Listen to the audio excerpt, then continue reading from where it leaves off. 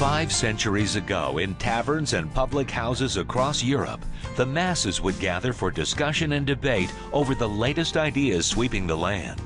From one such meeting place, a small Cambridge inn called the White Horse, the Reformation came to the English-speaking world. Carrying on the tradition, welcome to the White Horse Inn.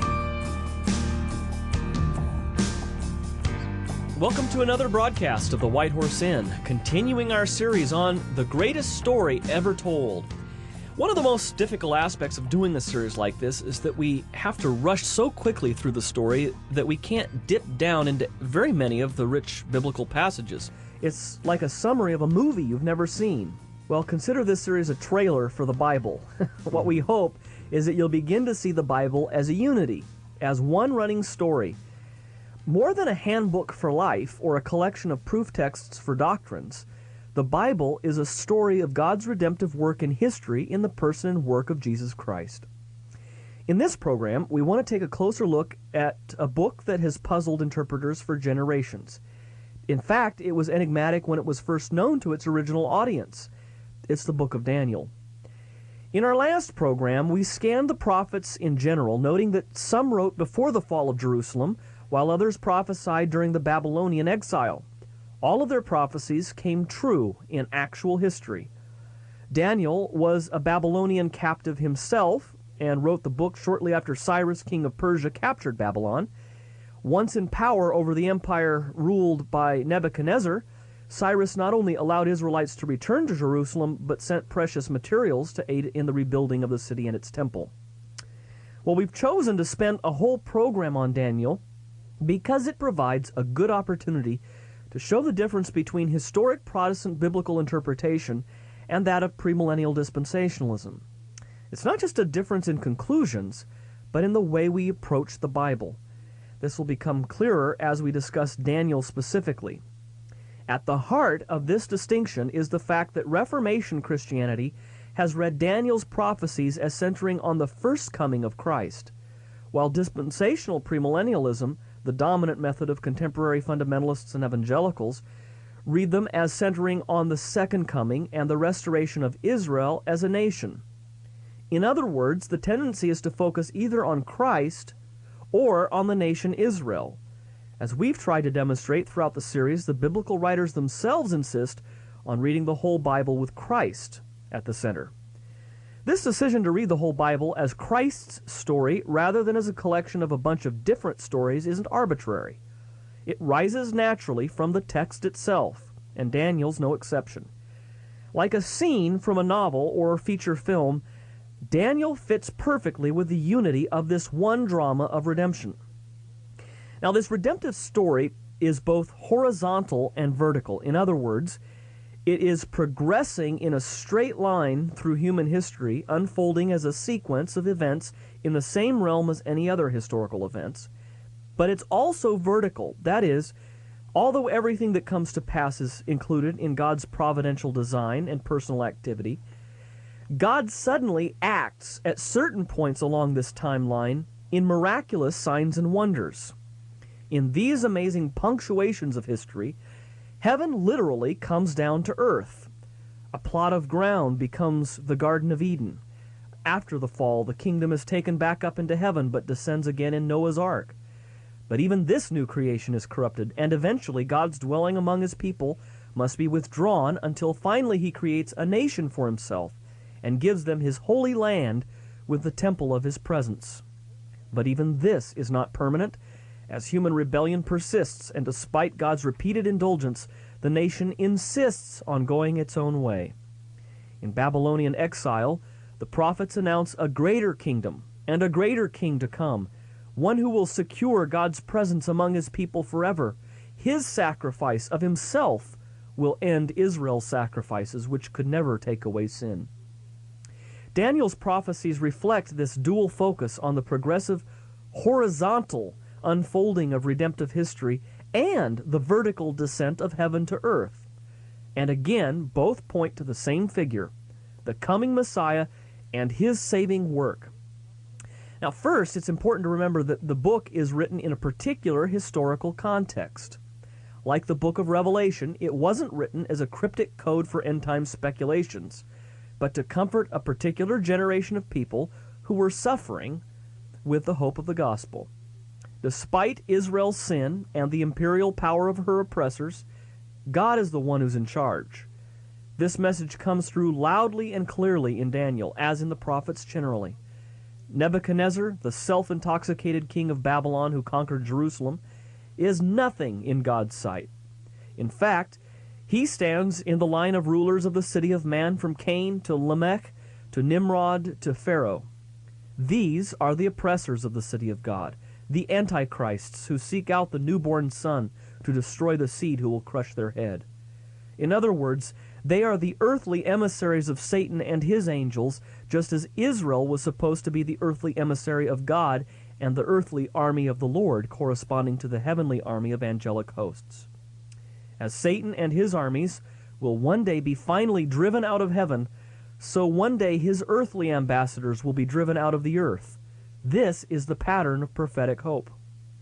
So history isn't under the control of foreign gods or foreign kings, but under God's sovereign rule, Daniel proclaims.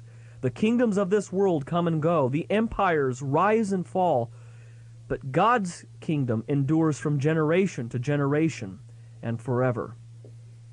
Daniel looks forward to the reign of God's Messiah, when the temporary political kingdom of Israel will be surpassed by the eternal spiritual kingdom of Christ. When Jerusalem fell in July of 587 BC, Israel's organized life as the union of the heavenly kingdom of God with the earthly political nation came to an end forever. The kingdom of God was once more taken back up into heaven, awaiting the day when finally his true servant would come, the promised seed of the woman who would crush the serpent's head. He would come horizontally down through the line and seed of David, but he would also come vertically, come down out of heaven as the Son of God. Already the Jewish people were scandalized by this. Has God gone back on his promise? Is he no longer faithful to his covenant? But they failed to recall that this was a covenant of works dependent on their obedience in the land. But now a new time will come when the covenant of grace will establish God's presence among his people forever, and a true son, a true faithful shepherd of Israel will come, who will interpose his own flesh and blood in their place. He will bear their sins. He will be their substitute. He will be their prophet, priest, and king, and he will lead them into green pastures forever, where God will finally be their God, and they will be his people. First of all, to give people a little bit of background here, what's going on in the history of the people of God that causes Daniel to emerge here as a prophet of Yahweh? Well, they've been hauled off into captivity. Daniel writes roughly 100 years after Jeremiah and Ezekiel, and he's describing what God's going to do with his people who are in the Babylonian captivity. So in other words, unlike Jeremiah, Daniel has really been raised in a foreign land. Yeah. He is more Babylonian than Jewish just in terms of his surroundings. And in fact, he has been raised in the royal court and has been given the Harvard education of Babylon. Right. So he is someone who excels not only in the wisdom of God, but also in the wisdom of the world. Right. A man of the world in a very interesting sense. Let's talk about the place of Daniel in biblical interpretation. Well, it's so important to put Daniel in his historical context and to be sure that we don't break one of the fundamental rules of Bible interpretation, which is that the New Testament interprets the Old, not the Old Testament interprets the New. Rod probably didn't get this, but Michael and I sure did. Growing up in dispensational fundamentalism, we were taught that if you understood the book of Daniel, you'd understand all of Bible prophecy. The key to the Bible. The key to the Bible. Yeah. John Walvoord's commentary that we were all forced to read was Daniel, the key to prophetic revelation. Right. And that's exactly backwards, because the Apocalypse tells us what Daniel meant all along, and not Daniel telling us what Revelation means. We have that, I think, that backwards. It's real important to see Daniel as a prophet in exile, while the people of God are in exile, explaining to the people of God that God is the sovereign Lord of history. They're going to be 4 giant empires come up, and they're going to ultimately be crushed. because, as we learn in Daniel chapter 5, the Most High God is sovereign over the kingdoms of men. And so Daniel is about the orderings of the empire so that Christ comes at the right time in the right place. Yeah, if there's a prophet who would be categorized by a librarian under the heading Philosophy of History, Daniel would be the first candidate out of the Old Testament to go into that category. Exactly. Now, Nebuchadnezzar, the king of Babylon, has a vision. He has a dream. And he brings in all of his dream therapists, and they can't interpret it. And so he calls upon Daniel, and Daniel doesn't call upon... This is sort of, once again, Pharaoh in Moses' court. Moses performing signs and wonders by the authority and power of God, and Pharaoh's magicians trying to conjure it up, duplicate it. Here you have something very similar where the seers... It's a contest. Yeah, it's a contest. It's sort of like the prophets of Baal and Elijah. So what is the dream about which this contest is being conducted? Well, let's read the text. That's probably the best place to get the explanation. In the second year of his reign, Nebuchadnezzar had dreams. His mind was troubled, and he could not sleep. So the king summoned the magicians, enchanters, sorcerers, and astrologers to tell him what he'd dreamed. When they came in and stood before the king, he said to them, "I've had a dream that troubles me, and I want to know what it means."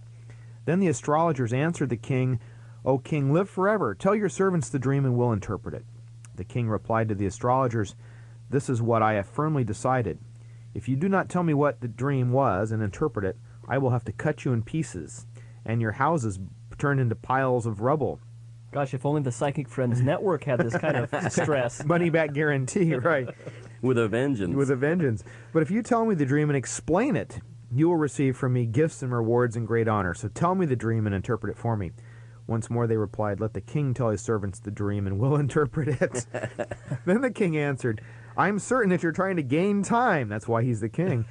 Because you realize because you realize that this is what I firmly decided. If you do not tell me the dream, there is just one penalty for you. You have conspired to tell me misleading and wicked things, hoping the situation will change. So then tell me the dream, and I will know that you can interpret it for me.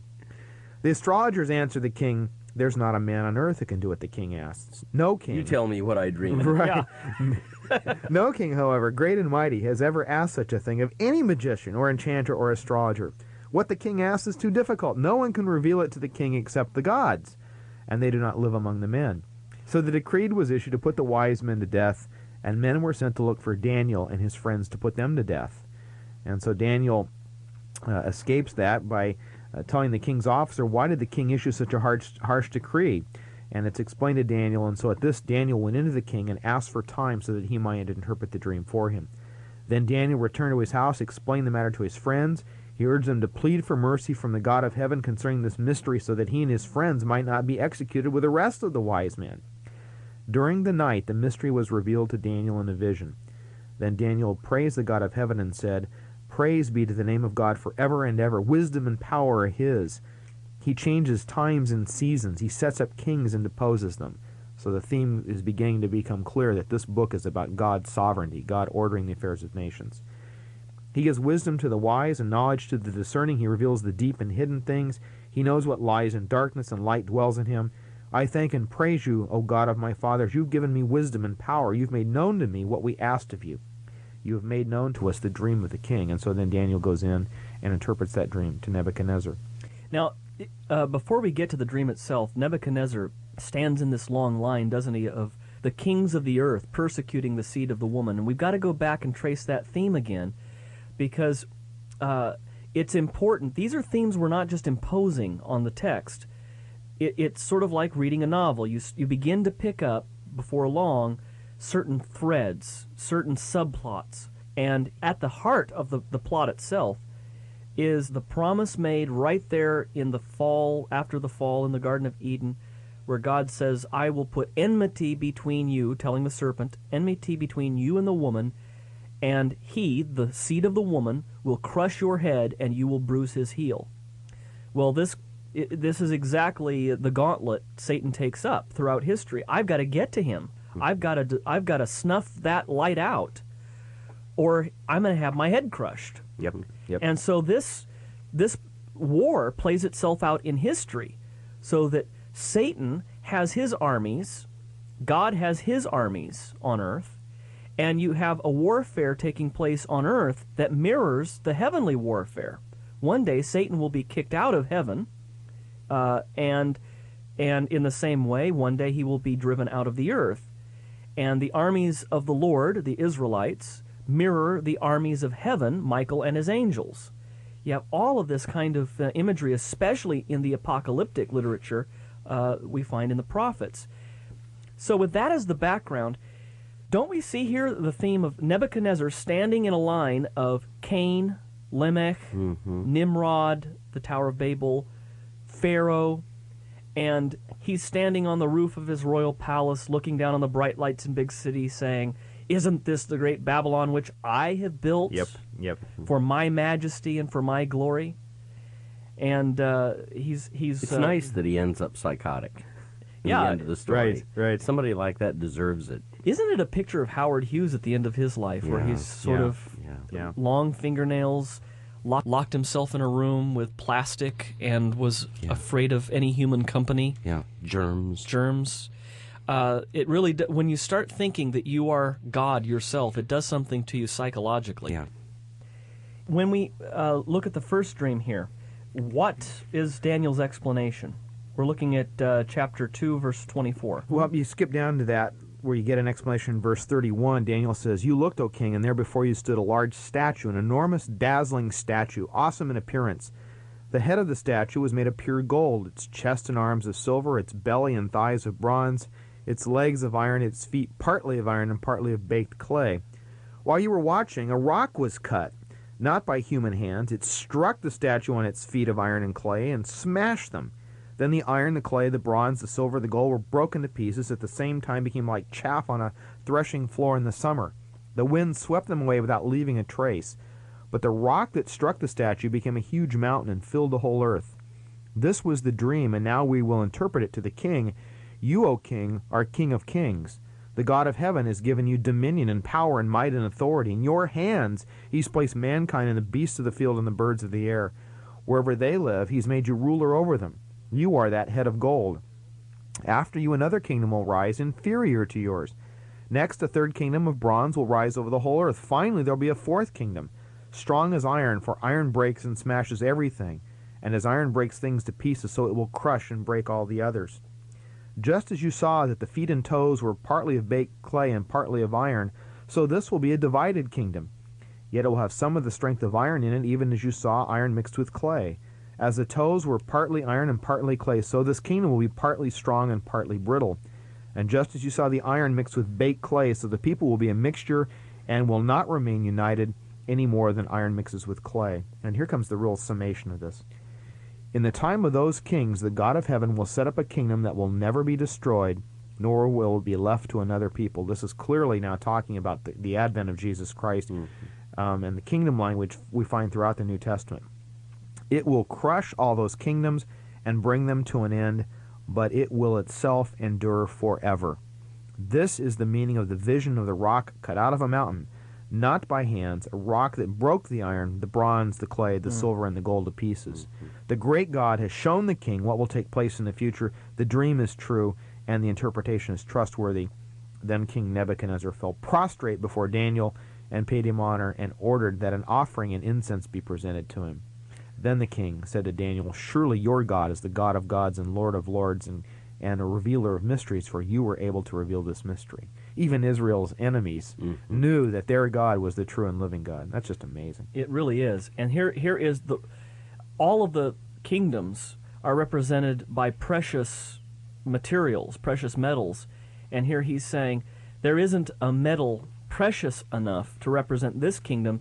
Instead of being sort of the best, the greatest human kingdom, it will be the thing that breaks all of the human kingdoms. It will be in its own class. It'll squish them.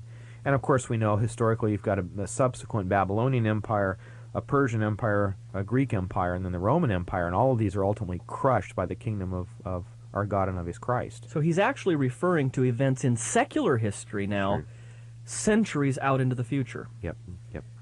And that again gets back to the theme of the whole prophecy, is that God is revealing to Daniel, and then through Daniel to Nebuchadnezzar, that God is King of kings and Lord of lords, not Nebuchadnezzar. Yeah. Since it's secular in its orientation, it sort of asks a person to ask, what about those people that place all of their hope in the kingdom which they inhabit, or that they hope maybe their children will inhabit, and all your eggs are in that basket? Would make me nervous. Yeah, it's a good reminder not to put our trust in kings and princes. Yeah, and if you're a functioning materialist, that is, the greatest I can hope for is my enjoyment or stimulation during this earth, and then I die, and I'm confident, as Bertrand Russell said when somebody asked him what he believed would happen when he died, he answered, I'll rot. If that ever in the middle of the night gets a little shaky, when it's contrasted with a kingdom that will last forever. Yeah. And depends on nothing that we can see or taste or touch, Yeah. but on the transcendent living God. Yeah. A law was passed. Daniel's opponents, seeing that they couldn't win in hand-to-hand combat between the gods, decided that they'd try to win politically. I guess that's what you do when you realize that... If you don't have the argument, you go for power. Yeah, you go for power. And so they went and got Nebuchadnezzar to agree that there should be a decree that goes out. When the music plays, when the band starts up, everyone's to fall down before the golden statue and worship. And, of course... This is warning us of the evils of rock and roll, by the way. That's right. That's the purpose, right. And the Jews don't do it. The Jews do not fall down and worship the golden statue. Then Nebuchadnezzar, in a rage and fury, gave the command to bring Shadrach, Meshach, and Abednego. So they brought these men before the king. Nebuchadnezzar spoke, saying to them, "Is it true, Shadrach, Meshach, and Abednego, that you do not serve my gods or worship the gold image which I have set up?" It's interesting, he has just caved in and announced his pleasure in Daniel's reading of his vision and said, surely your God is it. Right. He's number one, numero uno. Right. And now he's saying, what, you didn't bow down and worship my golden statue of my God? And so they were thrown into the fiery furnace. Story we remember from Sunday school. What we may not remember from Sunday school is that as they were placed in this burning cauldron, someone appeared. The same person who appeared in the burning bush and who appeared to Joshua before Israel enters Canaan. Absolutely. In Joshua 5. Again and again. And it is the pre-incarnate Savior, Jesus Christ. They're not alone. Walking among them. And this is how it is throughout redemptive history. The more important than saying, see, this is a great story of how God is always with us in our trouble. He will be there as we're suffering and so forth. If we're faithful. If we're faithful. Yeah. Instead of that, the point is, no, Jesus is always present in his story. Mm-hmm. He is always popping up because history is his story. The second dream. The next dream is when Daniel interprets in chapter 4:19. Daniel was greatly perplexed for a time, and his thoughts terrified him. So the king said, "Belteshazzar, do not let the dream or its meaning alarm you." That's Daniel's other name, his nickname probably. Daniel answered, "My lord, if only the dream applied to your enemies and its meaning to your adversaries. The tree you saw, which grew large and strong with its top touching the sky, visible to the whole earth, with beautiful leaves and abundant fruit, providing food for all, giving shelter to the beasts of the fields, and having nesting places in its branches for the birds of the air. You, O king, are that tree. You have become great and strong. Your greatness has grown until it reaches the sky, and your dominion extends to the distant parts of the earth. You, O king, saw a messenger, a holy one, coming down from heaven and saying, 'Cut down the tree and destroy it, but leave the stump bound with iron and bronze in the grass of the field while its roots remain in the ground. Let him be drenched with the dew of heaven. Let him live like the wild animals until 7 times passes by him.' This is the interpretation, O king, and this is the decree. The Most High has issued against my lord the king. You will be driven away from your people, and will live with the wild animals. You'll eat grass like cattle and be drenched with the dew of heaven. 7 times will pass by for you until you acknowledge that the Most High is sovereign over the kingdoms of men and gives them to anyone he wishes. The command to leave the stump of the tree with its roots means that your kingdom will be restored when you acknowledge that heaven rules. Therefore, O king, be pleased to accept my advice. Yeah? Renounce your sins by doing what is right, and your wickedness by being kind to the oppressed. It may be that then your prosperity will continue. Wow. And all of it happened. All of this came upon Nebuchadnezzar at the end of 12 months. He was walking about the royal palace of Babylon. The king spoke, saying, "Is not this the great Babylon that I have built for a royal dwelling by my mighty power and for the honor of my majesty?" While the word was still in the king's mouth, a voice fell from heaven. "King Nebuchadnezzar, to you it is spoken, the kingdom has departed from you. Wow. And they shall drive you from men, and your dwelling shall be with the beasts of the field. They shall make you eat grass like oxen, and 7 times shall pass over you, until you know that the Most High is sovereign over the kingdoms of men, and gives them to whomever he chooses." That very hour the word was fulfilled concerning Nebuchadnezzar. He was driven out from men, and ate grass like oxen. His body was wet with the dew of heaven, till his hair had grown like eagle's feathers, and his nails like bird claws. Wow. It shows you once again, he who lifts himself up in the pride of his own heart will be brought low by God. It's that theme throughout the Scriptures. Yep, the proud will be humbled. And the humble will be exalted. At the end of that time, I, Nebuchadnezzar, lifted my eyes to heaven, and my understanding returned to me. I like the NIV better on that. My sanity was restored. Yeah, that's great. And I blessed the Most High, and praised and honored him who lives forever. For his dominion is an everlasting dominion, going back to the statue.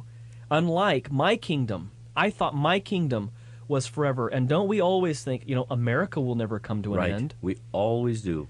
The sun will never set on the British Empire. Right. For his dominion is an everlasting dominion, and his kingdom is from generation to generation, nothing like ours. All the inhabitants of the earth are counted as nothing. He does according to his will in the army of heaven and among the inhabitants of the earth. No one can restrain his hand or say to him, "What have you done?" God is completely sovereign. God does whatever he wants, and the inhabitants of the earth are his to do with as he pleases. Well, that's the whole point of the prophecy here, that God is controlling history and working all things toward the coming of Christ. And Nebuchadnezzar, as one of these in this long line of those who oppress the people of God, now is humbled by God. And all of this is pushing us forward to the coming of Messiah, the coming of the Savior, the King of Kings and Lord of Lords. Now, isn't it amazing how much we'll pay for someone to tell us that we're really okay and massage the conscience? Massage the conscience. And all this theology. Nah, I want something practical. Right. Well, you want practical theology. At the same time, my reason returned to me. Just as soon as he confessed this truth, this orthodoxy, this grand theology about who God is and who he is in relation to him, at that same time my reason returned to me. And for the glory of my kingdom, my honor and splendor returned to me too. My counselors and nobles resorted to me. I was restored to my kingdom, and excellent majesty was added to me. Now I, Nebuchadnezzar, praise and extol and honor the King of heaven, all of whose works are true, and his ways are just. And those who walk in pride, he is able to pull down. Wow. Isn't this, don't we come here to the center of Daniel's message? This is God's history. God is sovereign over history. It doesn't happen to God. God himself is the active Lord of history. Most of us would like to apply this in terms quickly of the Congress, yearn for some degree of bringing that bunch down, but it isn't actually the main point in the biblical message. We Americans would really like to get the house cleaned back there, and some of us like to see it brought to about 1/10 of its size. But it isn't the message we find in Daniel. The message we find in Daniel is the one that you're mentioning, that under the aspect of eternity, the whole thing is about Christ and Christ's dominion, which will be forever. Getting to that kingdom. Yes. Yep. When is that going to come? Yes. Not when is America going to be pure, but when are we going to get to that place when Jesus Christ, the Messiah, comes and rescues his people? When our eyes are turned toward heaven. Then our sanity is restored. Yep. Let's run along to Daniel chapter 7, the vision of the Ancient of Days. Well, in Daniel 7, you have in the first year of Belshazzar, king of Babylon, Daniel had a dream. Visions passed through his mind as he was lying on his bed. He wrote down the substance of his dream. Daniel said, "In my vision at night I looked, and there before me were the 4 great winds of heaven, churning up the great sea. 4 great beasts, each different from the other, came up out of the sea. The first was like a lion. It had the wings of an eagle. I watched until its wings were torn off, and it was lifted from the ground so that it stood on 2 feet like a man, and the heart of a man was given to it. And there before me was a second beast. It looked like a bear. It was raised up on one of its side. It had 3 ribs in its mouth between its teeth. It was told, 'Get up and eat your fill of flesh.' After that I looked, and there before me was another beast, one that looked like a leopard, and it had on its back 4 wings like those of a bird. This beast had 4 heads and was given authority to rule." Obviously, symbolic language here. Russia? Yeah. "After that, in my vision at night, I looked, and there before me was a 4th beast, terrifying and frightening and very powerful. It had large iron teeth. It crushed and devoured its victims and trampled underfoot whatever was left. It was different from all the former beasts, and it had 10 horns. While I was thinking about the horns, there before me was another horn, a little one, which came up among them. And 3 of the first horns were uprooted before it. This horn had eyes like the eyes of a man, and a mouth that spoke boastfully. As I looked, thrones were set in place, and the Ancient of Days took his seat. His clothing was white as snow, the hair of his head was white like wool. His throne was flaming with fire, and its wheels were all ablaze. A river of fire was flowing, coming out from before him. Thousands upon thousands attended him. 10,000 times 10,000 stood before him. The court was seated, and all the books were opened. Then I continued to watch because of the boastful words the horn was speaking. I kept looking until the beast was slain and its body destroyed and thrown in the blazing fire. The other beasts had been stripped of their authority, but were allowed to live for a period of time. In my vision at night I looked, and there before me was one like a son of man, coming with the clouds of heaven. He approached the Ancient of Days and was led into his presence. He was given authority, glory, and sovereign power. All peoples, nations, and men of every language worshipped him. His dominion is an everlasting dominion that will not pass away, and his kingdom is one that will never be destroyed." You know, all it lacks is, and he was the son of Mary and Joseph, and was born in Bethlehem. Yeah, just incredible. Well, you right back to Pilate's hall when Jesus is before Pilate and appeals to this. We've seen the Son of Man led in the presence of the Ancient of Days. Jesus himself applies this passage to himself, which is amazing. This is the Son of Man in his pre-incarnate state, and he's anticipated as the one who one day will come with the clouds of heaven. So what is this vision beside we have Christ anticipated, his kingdom, his rule over all peoples, nations, languages, his everlasting dominion. But we have this strange Antichrist figure here. Who is the great beast who is thrown into the fire before the throne of God? It's King Juan Carlos of Spain, of course. This is the one who challenges the authority of Christ by speaking boastful, blasphemous things. This is the one who denies the sufficiency and authority of Christ. We learn in John's first epistle that this is the one who denies that Jesus is God in the flesh. Mm-hmm. Okay, so he is... First of all, in redemptive history, in the line of Cain, who persecuted Abel, Pharaoh, who persecuted the people of God, Nimrod, Nebuchadnezzar. And this historically has one of those double fulfillments because you've got Antiochus Epiphanes coming later and slaughtering a pig on the temple in Jerusalem, and in a sense you've got this double fulfillment. And then this refers... The abomination that makes desolate. The abomination that makes desolate. Then, of course, this is referred to in 2 Thessalonians, when Paul speaks of this blasphemous one who will appear at that point when the restrainer ceases to restrain. So you've got maybe a double fulfillment here yet, too. In the book of Revelation, of course, Babylon, the harlot, Babylon the city, becomes sort of the image of all of the cities of man, set in array against the city of God. Is it possible here, then, that the Antichrist is not one figure we're waiting for, but really this is the personification of the whole history of redemption? Well, they're Antichrist. John says in his epistle, many have already come. Yeah, you get this from the text itself. But Antichrists as representatives of this type. Sure. Yes. Now, I have a question in my mind as to whether or not this series of Antichrists culminates in an Antichrist. Yeah. That is... The jury's out on that. The jury's out on that.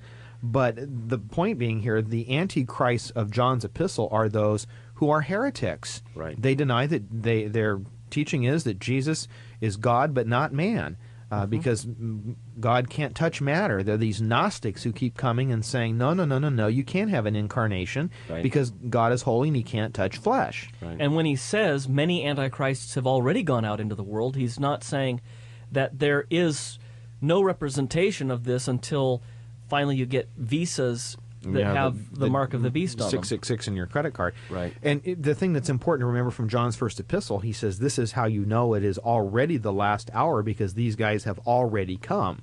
So the early church was clearly cognizant that antichrists were already persecuting them, and that was the proof that we were in the last hour because of their existence. Yeah. One of the main sections that has caused a lot of debate in the book of Daniel is the 70 weeks prophecy. Yeah, the prophecy of the 77s in Daniel 9:24 to 27 has been one of the most difficult and debated passages, and I think one of the ones that is most frequently misinterpreted. Within particular circles, though. Well, the dispensational circles have turned this into the key text to understanding the whole 7-year tribulation period, the whole pre-trib rapture. All of it comes from a very faulty reading of this passage. Can we read it?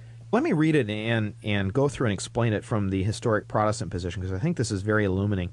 Beginning in verse 24, 77s are decreed for your people and your holy city to do 6 things. 1, to finish transgression. 2, to put an end to sin. 3, to atone for wickedness. 4, to bring in everlasting righteousness. 5, to seal up vision and prophecy. And 6, to anoint the most holy. So 6 things have to happen to complete the prophecy of the 70 weeks. And they're all talking about the active and the passive obedience of Christ. To finish transgression, put an end to sin, atone for wickedness is Christ's death on the cross. Sure. And then to bring in everlasting righteousness, to seal vision, prophecy, to anoint the most holy, refers to his work as prophet, priest, and king. So this is clearly going to be fulfilled in the coming of Christ. How could it refer to a millennial age with a temple where it won't be everlasting? Even the dispensationalists will admit that that's a 1,000 years. It can't. It's got to be fulfilled in the life of Christ. And these things will happen, and the 70 weeks will be fulfilled when they do.